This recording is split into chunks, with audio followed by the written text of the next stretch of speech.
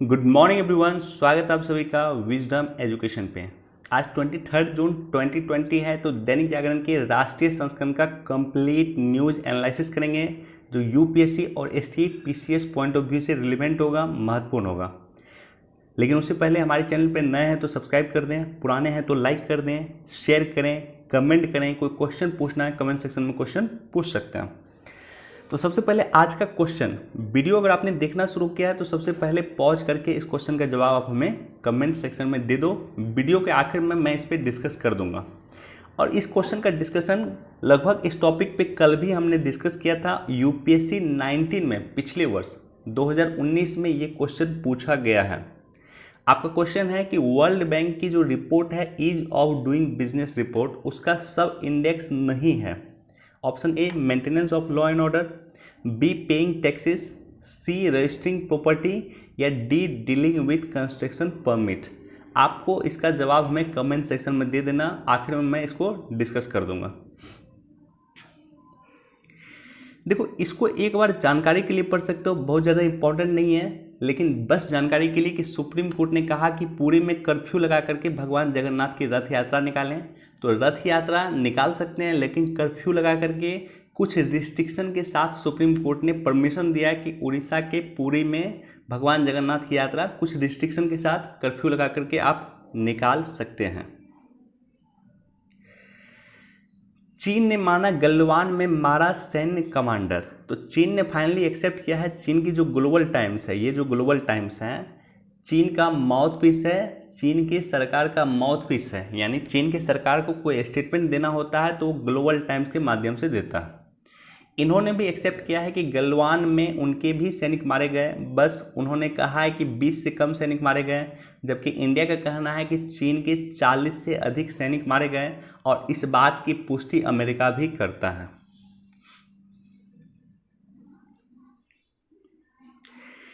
ये दवाई का नाम बस एक बार देख लेना।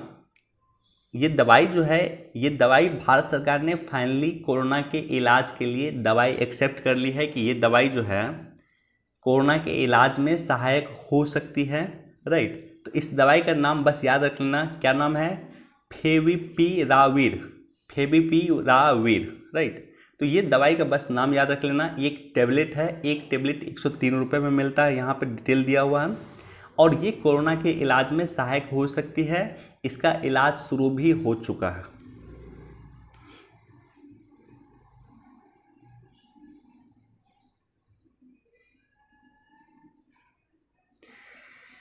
देखो, यहाँ पे एक डिटेल दिया हुआ है। ये योजना एक समय में काफ़ी इम्पोर्टेंट था, लेकिन चूंकि पेपर में दिया हुआ, न्यूज़ में दिया हुआ, तो इसकी योजना के बेसिक्स में भी हम जाएंगे।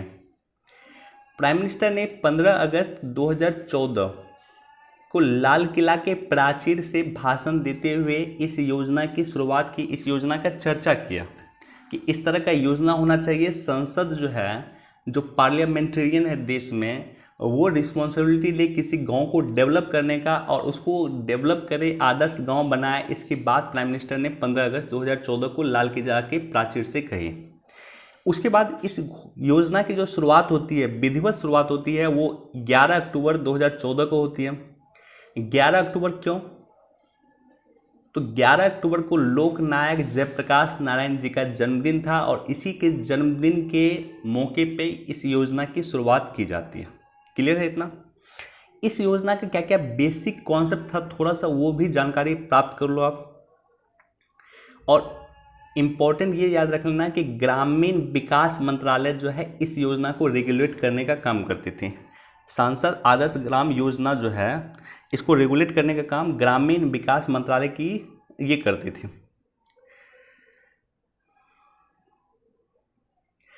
इस योजना की जब शुरुआत की गई तो उसका एक लक्ष्य था कि जो लोकसभा सांसद हैं वो अपने क्षेत्र के किसी भी गांव को, लोकसभा जो सांसद हैं वो अपने क्षेत्र के किसी भी गांव को 2016 तक एक गांव को सिलेक्ट करेंगे, एक गांव को चुनेंगे और उसको गांव को आदर्श बनाएंगे।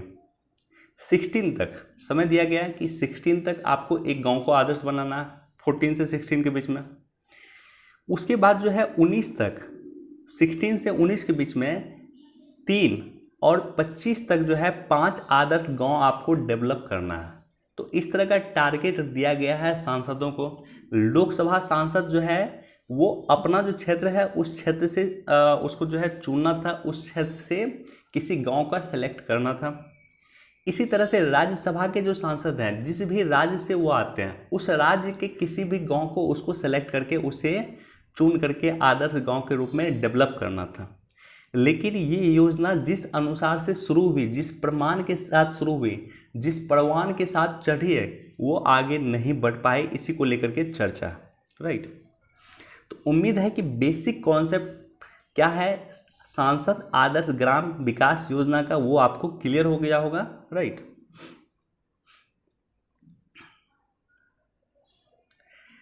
देखो, शिविंदर की याचिका पे ईडी से मांगा जवाब।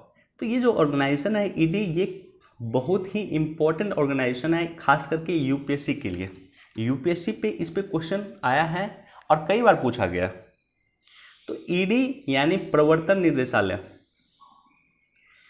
प्रवर्तन निदेशालय, इसके बारे में थोड़ा सा जानकारी प्राप्त करते हैं हम कि ईडी जो है वित्त विभाग के, राजस्व विभाग, वित्त मंत्रालय के, फिनांस मिनिस्ट्री के राजस्व विभाग के अधीन एक वित्तीय एजेंसी है।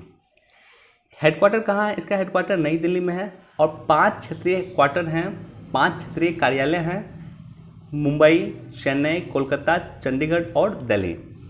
इसका कार्य क्या है कि 2 एक्ट का अगर उल्लंघन होता, खास करके मनी लॉन्ड्रिंग से रिलेटेड जो भी एक्शन लेना होता है वो ईडी लेता।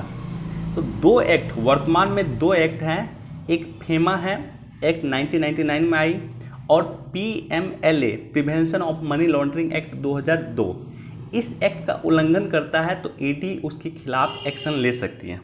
और ये फेमा वही है जो फेरा का स्थान लिया, राइट। तो इससे पहले ये संगठन फेरा था, लेकिन 1999 में इसमें संगठन में संशोधन करके फेमा बना दिया गया।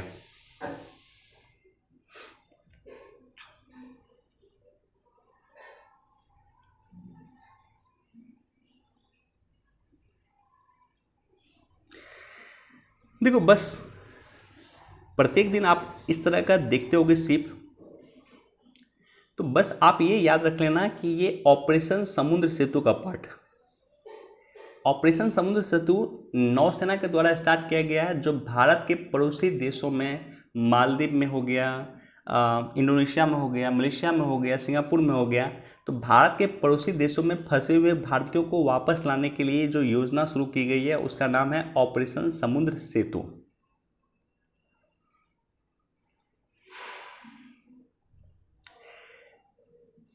देखो, इससे रिलेटेड 2 न्यूज है हमारे पास। पहले तो कि हमारे रक्षा मंत्री को इनविटेशन दिया गया है कि वो जो है रूस आकर के जो है वहाँ परेड होने वाली है, उस परेड का वो निरीक्षण करें, राइट। दूसरा इम्पॉर्टेंट न्यूज है RIC की मीटिंग। RIC की मीटिंग आज होने वाली है। RIC की मीटिंग में रशिया, इंडिया और चाइना, तीनों ही देशों के विदेश मंत्री आपस में मिलकर के बातचीत करेंगे, वर्चुअली वार्ता होगी। तो उसका मीटिंग आज होने वाली है, तो हमारी नज़र RIC के मीटिंग पे भी रहेगी। कल हम देखेंगे कि इसका क्या आउटपुट निकलता है। और आज आप ये देख लो कि 3 दिवस की यात्रा पे मॉस्को पहुंच चुके हैं राजनाथ सिंह, ठीक है। आज रूस, तो यहाँ पे एक इन्फॉर्मेशन, बेसिक इन्फॉर्मेशन ये भी आपको पता होना चाहिए, ये थोड़ा सा एक बार पढ़ लेना कि भारत जो है अपनी रक्षा ज़रूरतों का अभी भी 60% हिस्सा रूस से खरीदता है। रूस से भारत का जो भी इक्विपमेंट्स है, रक्षा इक्विपमेंट्स, 60% से अधिक हिस्सा रूस से खरीदता है, जिसमें हमने S-400 मिसाइल खरीदा है, सुखोई 30 खरीदा है, MiG-29 खरीदा है, युद्धक विमान के कलपुर्जे, T-90 टैंक खरीदा है। कई सारी चीज़ें हमने रूस से खरीदी हैं। क्लियर है इतना? अब देखो इशू क्या आ रहा है। इशू ये आ रहा है कि हमारा जो है रूस के साथ जो भी व्यापार है उसका 5 गुना से अधिक व्यापार रूस का चीन के साथ। आई रिपीट, इंडिया का जो व्यापार रूस के साथ है उसका 5 गुना से अधिक रूस का चीन के साथ। जिस तरह से चीन का जो है माउथ पीस है ग्लोबल टाइम्स, उसी तरह से रूस का जो है माउथ पीस है, यानी रूस का जो एक अखबार जो सरकार का अखबार है, जहाँ सरकार का कोई स्टेटमेंट देना होता है तो उस अखबार के माध्यम से सरकार स्टेटमेंट देती है। उस अखबार में, उस पेपर में, न्यूज़पेपर में भारत को रूस ने कहा मित्र और चीन को रूस ने कहा भाई, राइट। तो भारत को क्या कहा, मित्र कहा, और चीन को कहा भाई। तो आप समझ सकते हो कि क्या हो रहा है वर्तमान समय में। मुझे लगता है पर्सनली कि भारत जो है दूर होता जा रहा है रूस से, और चीन रूस के काफ़ी नज़दीक आ चुका है। वर्तमान समय में 1971 का कंडीशन नहीं है। वर्तमान समय में इंडिया जो है रूस से दूर हो गया है और चीन क्लोज हो गया।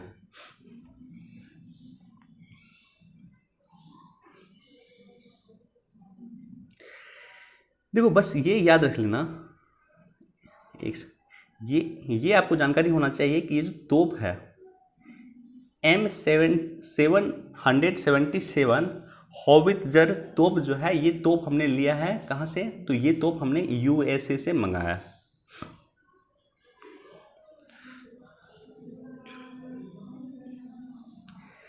ओके, नए अवसरों के द्वार खोलती आपदा, इसको लेकर के प्राइम मिनिस्टर ने भी डिस्कस किया है कि किस तरह से आपदा को हम अपॉर्चुनिटी में बदल सकते हैं, आपदा को हम जो है बदल सकते हैं अपॉर्चुनिटी में, राइट। तो इसी को लेकर के थोड़ा सा हम डिस्कस करेंगे। हालांकि ये जो न्यूज़ रिलेटेड है ये प्रवासी भारतीय से रिलेटेड है, प्रवासी मजदूरों से रिलेटेड है। तो उसके बारे में ऑलरेडी हमने कई बार डिस्कस किया है कि प्रवासी मजदूरों की क्या क्या समस्या है, किस तरह से वो इंडिया जो है अपने घर लौट रहे हैं, जिसे रिवर्स माइग्रेशन कहा जा रहा है। रिवर्स माइग्रेशन क्या होता है कि जैसे मान लो कि बिहार का मजदूर है, यूपी का मजदूर है, MP का मजदूर है, ये एक समय में शहर गए थे। क्यों गए थे कि शहर की आबो हवा, शहर की सुविधाएं इन्हें आकर्षित कर रही थी, लेकिन अब फिर गांव लौट रहा है। तो इसी प्रक्रिया को कहा जाता है रिवर्स माइग्रेशन। तो ऑलरेडी इसके बारे में हमने कई बार डिस्कस किया है।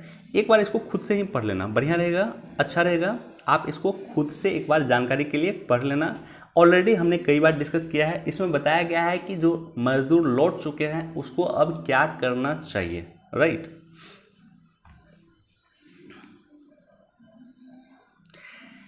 कैसे लड़े चीन से आर्थिक लड़ाई, चीन को लेकर के लगातार हमने डिस्कस किया है, कल भी इनफैक्ट हमने डिस्कस किया था। तो चीन से किस तरह से आर्थिक लड़ाई लड़े, तो उसके लिए कल आपको याद होगा हमने ईज ऑफ डूइंग बिजनेस को लेकर के चर्चा की थी। हमने कहा था कि सरकार को क्या क्या करना चाहिए कि ease of doing business improvement हो। तो उसी तरह से ये आर्टिकल भी कह रहा है कि सरकार को क्या क्या रणनीति अपनानी चाहिए, राइट। तो वही पुराने पॉइंट है, बस नया पॉइंट, एक नया पॉइंट है यहाँ पे मैं आपको दिखाता हूँ, एक सेकेंड। देखो दो नई बातें हैं। पहली तो इन्होंने इकोनॉमी को लेकर के कंपैरिजन किया कि जहां इंडिया की इकोनॉमी 2.9 ट्रिलियन डॉलर है, वहीं चीन की इकोनॉमी 14.1 ट्रिलियन डॉलर है। लगभग 5 गुनी इकोनॉमी बड़ी है चीन की इंडिया से, राइट। दूसरी और इम्पॉर्टेंट फैक्ट इन्होंने यह डिस्कस किया है कि जिस तरह से हम चीन के वस्तु का बहिष्कार कर रहे हैं, चीन के वस्तु को निर्यात पे, चीन के जो है आयात वस्तु, चीन से जो इंडिया वस्तु आती है उस पर हम रोक लगा रहे हैं। तो उससे अच्छी रणनीति वर्तमान में यह होगी कि हम अपने एक्सपोर्ट को बढ़ाएं। हमारा जो व्यापार घाटा है ना सिर्फ चीन के साथ है, दक्षिण कोरिया के साथ भी है, सऊदी अरब के साथ भी है, ईरान के साथ भी था। तो जितने भी देशों, ऑस्ट्रेलिया के साथ भी है, न्यूजीलैंड के साथ भी है, तो जितने भी देशों के साथ भारत का व्यापार घाटा है, हमें इस आपदा को अपॉर्चुनिटी में बदलते हुए उस व्यापार घाटा को पाटने की आवश्यकता है। हमें अपने निर्यात बढ़ाने की आवश्यकता है, हमें मैन्युफैक्चरिंग सेक्टर पे जोर देने की आवश्यकता है। तो इसी को लेकर के चर्चा किया गया, ऑलरेडी हमने कई बार डिस्कस किया।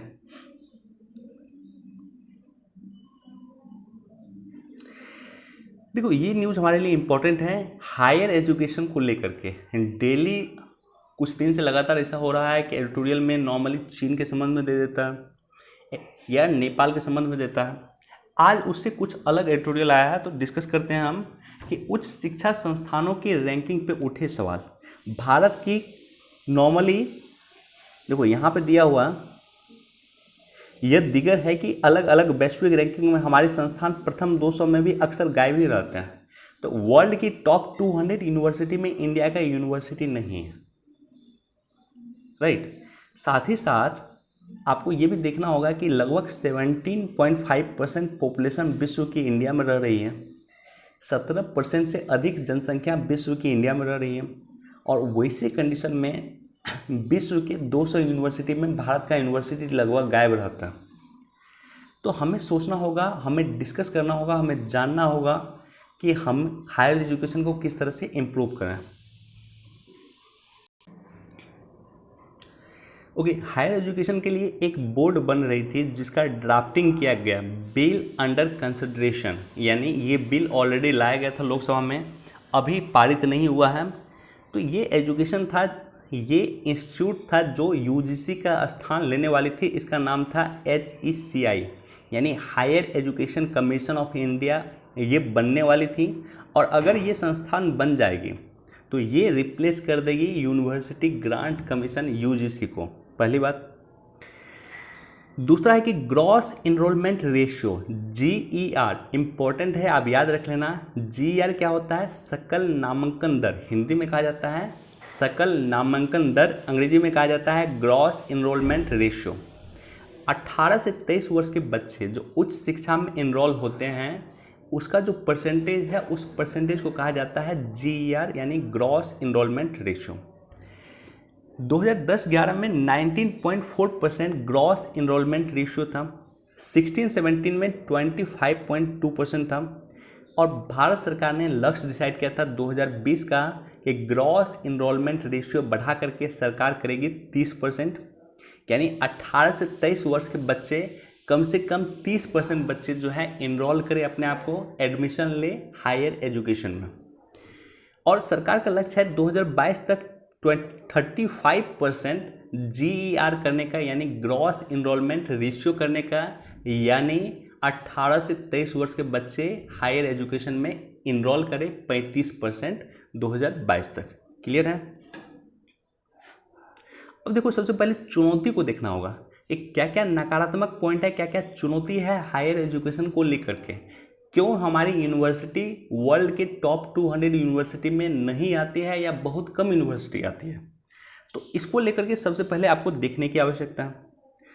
फर्स्ट पॉइंट कि शोध पे मात्र 0.9% ही खर्च होते हैं, यानी जो R&D है, रिसर्च एंड डेवलपमेंट है, उस पर भारत सरकार खर्च नहीं कर रही है, राइट। तो इस पे खर्च करने की आवश्यकता है, और इस पे खर्च करने की आवश्यकता इसलिए भी है कि अगर हम R&D पे खर्च करेंगे तभी जाकर के हम इनोवेशन लाएंगे, तभी जाकर के हम नई नई टेक्नोलॉजी डेवलप करेंगे, तभी जाकर के हम जो है जो आयात करते हैं, हम जो हथियार आयात करते हैं, जो हम तोप आयात करते हैं, जो प्लेन्स आयात करते हैं विश्व से, हम आयात को रोक पाएंगे और विश्व का एक निर्यातक बन पाएगा भारत, विश्व का एक एक्सपोर्टर भारत बन पाएगा।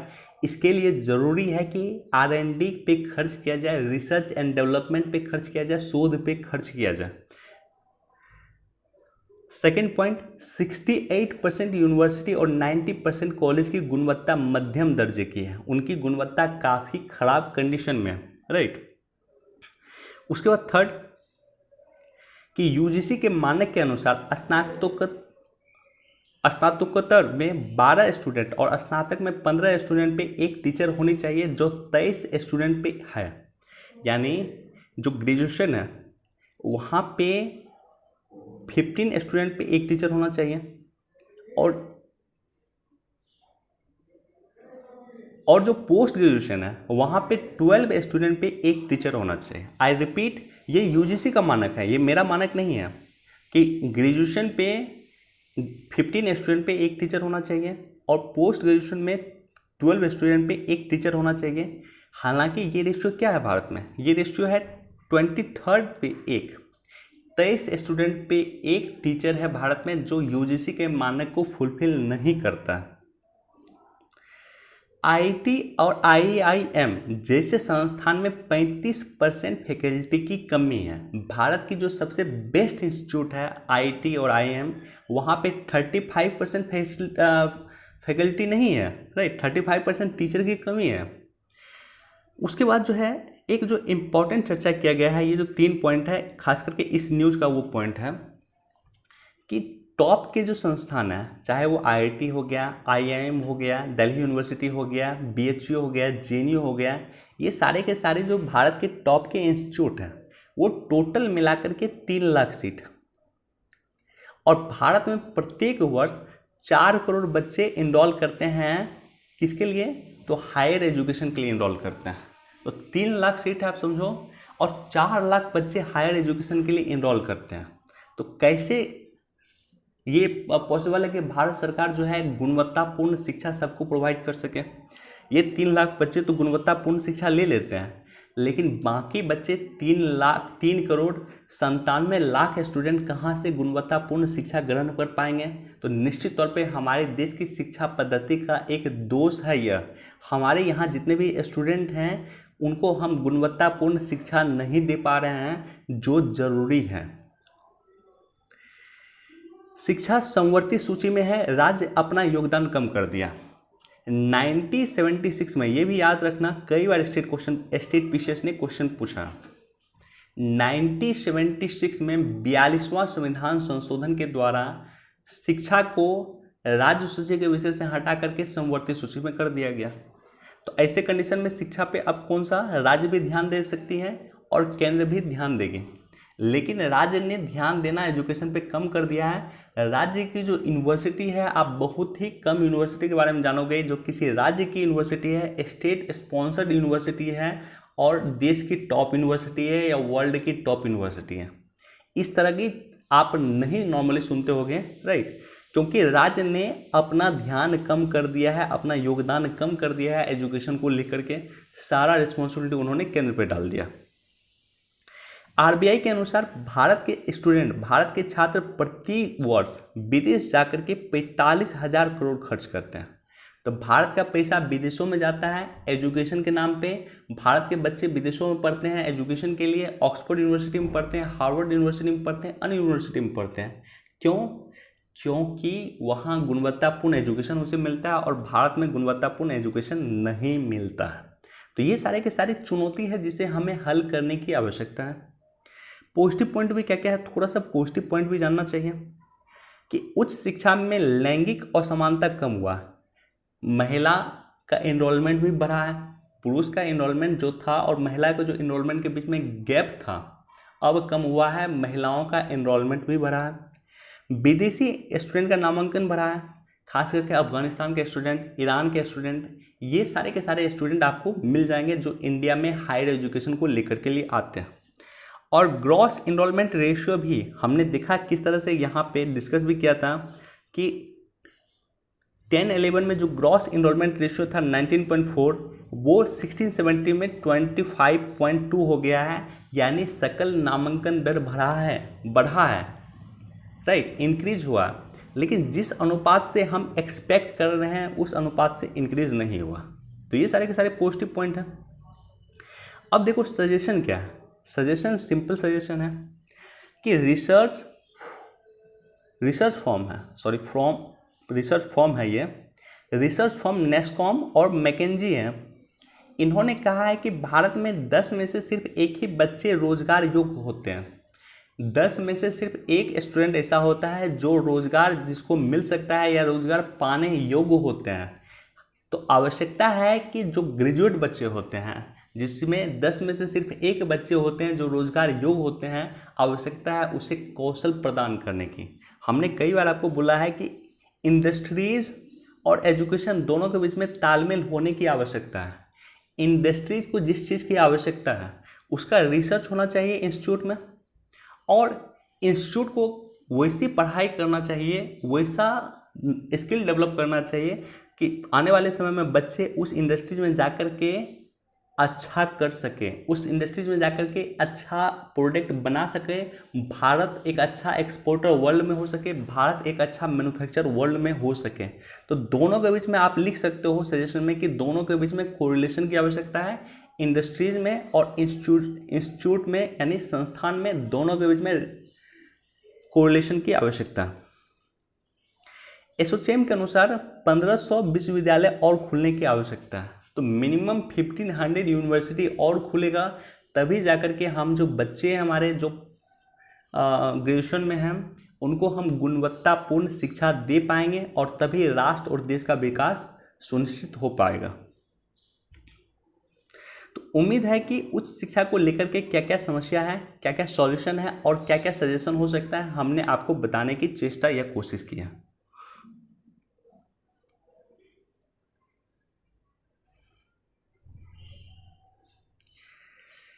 इसको एक बार देख लेना, 150 अरब डॉलर छू करके रिलायंस लौटी, रिलायंस राइट, भारत की पहली कंपनी इस तरह की बन गई है जो 150 अरब डॉलर तक पहुंची।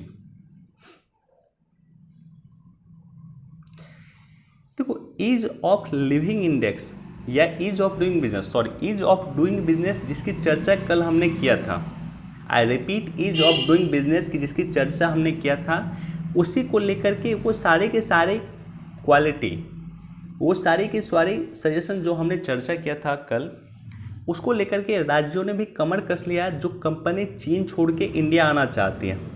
तो जितने भी राज्य हैं वो राज्य भी चाहते हैं कि वो कंपनी जो चीन छोड़ के इंडिया आना चाहती है उसके क्षेत्र में मैन्युफैक्चरिंग यूनिट लगाए, और इसके लिए ज़रूरी है रिफॉर्म्स की आवश्यकता, इसके लिए ज़रूरी है लेबर रिफॉर्म्स की आवश्यकता, इसके लिए ज़रूरी है भूमि अधिग्रहण लैंड रिफॉर्म्स की आवश्यकता।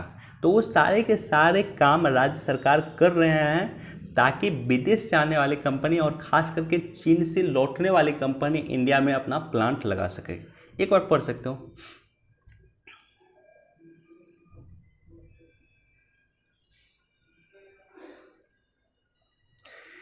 देखो, जब यूपीएससी का फेवरेट क्वेश्चन क्या होता है ना, यूपीएससी का फेवरेट क्वेश्चन होता है, खास करके अगर 5 वर्ष का क्वेश्चन आप देखोगे, और यूपीएससी के प्रीवियस ईयर का पेपर हमने भी एनालिसिस किया है, जाकर के देख लेना, आपको प्लेलिस्ट में मिल जाएगा। तो फेवरेट यूपीएससी का क्वेश्चन होता है कि दो देशों के बीच में जो डिस्प्यूट होता है और डिस्प्यूट का जो लोकेशन होता है, यूपीएससी का वो फेवरेट क्वेश्चन होता है, उससे क्वेश्चन पूछता ही पूछता है। तो इस न्यूज़ को एक बार पढ़ लेना, लेकिन सबसे इम्पॉर्टेंट है कि इस द्वीप का नाम याद रखना जिसका नाम है सेनकाकू द्वीप। देखो,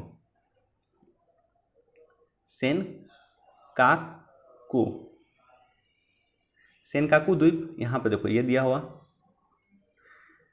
सेनकाकू द्वीप। सेनकाकू द्वीप जापान का एक अंग है, जापान का एक पार्ट है, लेकिन चीन इस पे अपना अधिकार जमाता है। चीन का कहना है कि सेनकाकू द्वीप उसका क्षेत्राधिकार है, उसका अंग है। तो जापान और चीन को लेकर के चीन के बीच में जो विवाद है उसमें एक महत्वपूर्ण विवाद है सेनकाकू द्वीप, सेनकाकू आइलैंड। यूपीएससी इस पे क्वेश्चन पूछ सकता है।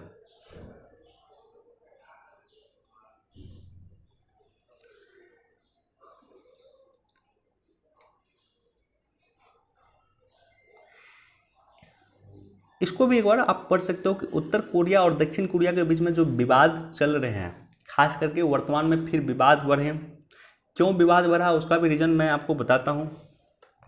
देखो, 31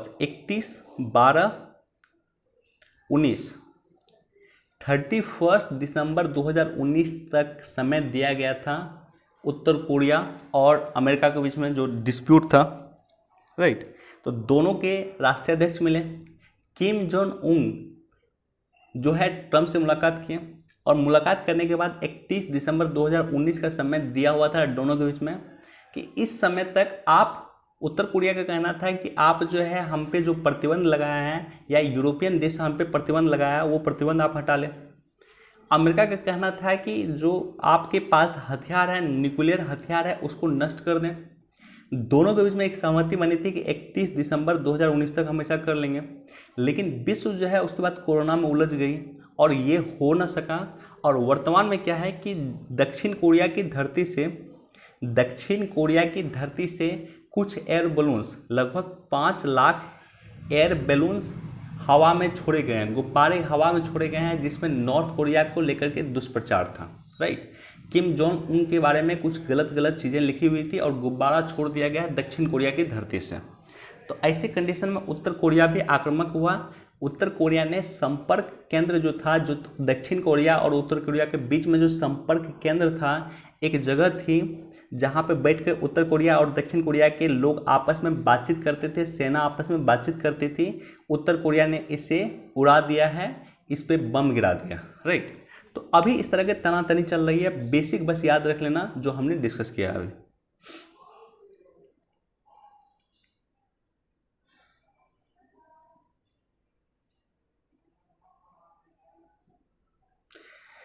एक बार इसको भी आप देख सकते हो कि नेपाल की हरकत से उत्तर बिहार में बाढ़ का खतरा, बहुत सारे बांध जो हैं वो नेपाल के अंतर्गत हैं और उस बांध को अगर उन्होंने खोल दिया तो बाढ़ आ सकती है उत्तर बिहार में। इसी को लेकर के ये न्यूज़ है, एक बार इसको आप खुद से पढ़ लेना और खास करके जो नदी के जिक्र है, नदी का जो चर्चा है उसके बारे में देख लेना।